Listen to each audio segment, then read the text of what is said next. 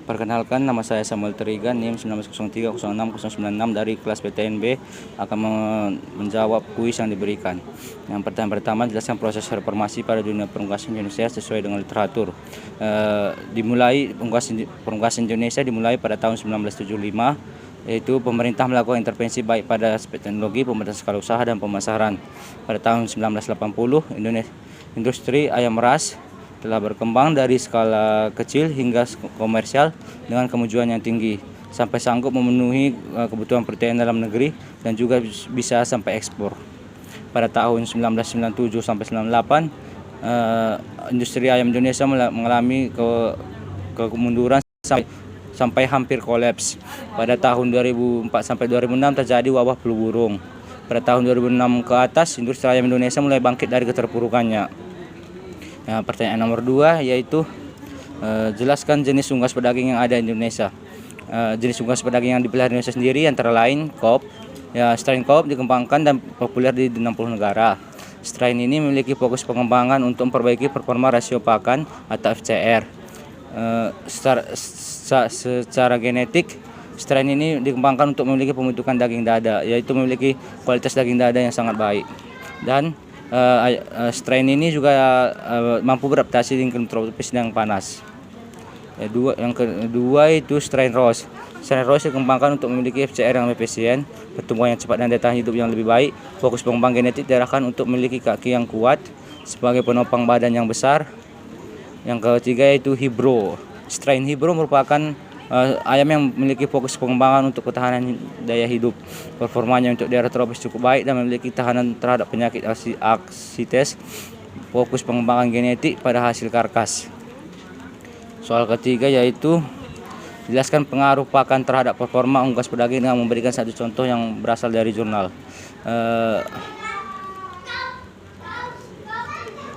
Dari jurnal yang saya baca adalah frekuensi pemberian interaksi dengan awal pemberian pakan. Demikian pula masing-masing perlakuan tidak berpengaruh nyata terhadap performa ayam Burah Super. Jika dilihat dari keuntungan ekonomis, kombinasi perlakuan F3A1 frekuensi pakan 3 kali dengan awal pemberian memberikan hasil income over feed cost tertinggi. Pemberian pakan terhadap performa ayam Burah, judul jurnal saya yaitu pemberian pakan terhadap performa ayam Burah Super Performance, yang ditulis oleh E. Rahmawati, S. Prijatna, dan D. Sunarti.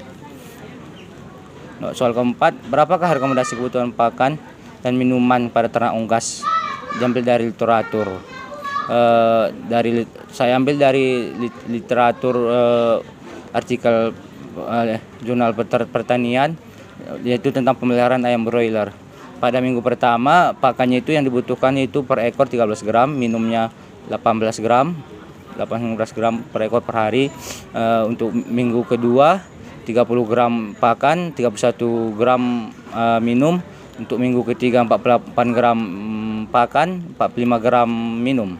Untuk minggu keempat yaitu 65 gram untuk pakan dan 77 gram untuk minum. Untuk minggu kelima sendiri yaitu 88 gram untuk pakan dan 95 gram untuk minum. Soal nomor kelima, jelaskan pengaruh lingkungan terhadap performa unggas dengan memberikan contoh dari jurnal.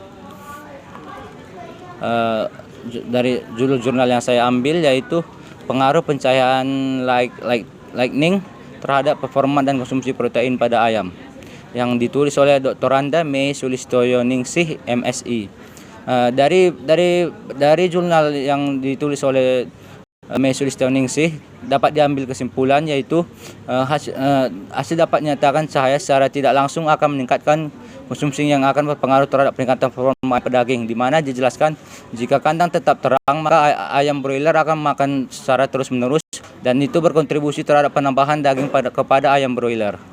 Yang nomor keenam yaitu jelaskan manajemen apa saja yang harus dipersiapkan peternak pada periode finisher. Periode finisher sendiri itu periode akhir. Manajemen yang harus dipersiapkan peternak yaitu kontrol temperatur. Maksudnya kontrol temperatur, peternak harus mampu mempertahankan suhu dalam kandang agar tetap hangat dan sesuai dengan untuk ayam broiler. Yang kedua itu kontrol kepadatan. Maksudnya peternak harus mampu mengontrol jumlah broiler yang dipelihara, tidak terlalu padat dan tidak terlalu renggang, agar agar udara dan kelembapan di dalam kandang. Yang ketiga itu manajemen ventilasi. Maksudnya peternak harus mampu membuat kandang dengan ventilasi yang baik, yaitu pertukaran udara yang sangat baik agar pertumbuhan broiler dapat tercapai dengan baik. Itu yang kontrol yang keempat, yaitu jumlah kontrol tempat pakan, minum dan ketinggiannya. Maksudnya di sini adalah peternak harus menyediakan tempat pakan yang sesuai kepada ayam broiler supaya semua ayam broiler dapat makan dan minum dan meletakkannya tidak terlalu tinggi agar terjangkau oleh ayam broiler dan tidak terlalu rendah karena akan bercampur dengan kotorannya. Yang kontrol yang keempat itu kontrol liter. Yaitu peternak harus mengusahakan liter yang tetap kering, liter yang dapat terbuat dari serbuk gergaji, ampas padi dan lain sebagainya. Yang selanjutnya itu manajemen lighting, maksudnya adalah pencahayaan. Peternak harus menjaga kandang tetap terang supaya ayam broiler dapat melihat pakan dan memakannya. Yang selanjutnya itu waktu pemanen itu penangkapan ayam. Peternak harus mampu menangkap ayam dengan baik. Soal nomor 7 yaitu jelaskan perbedaan kandang tertutup dengan kandang terbuka, yaitu kandang closed dan kandang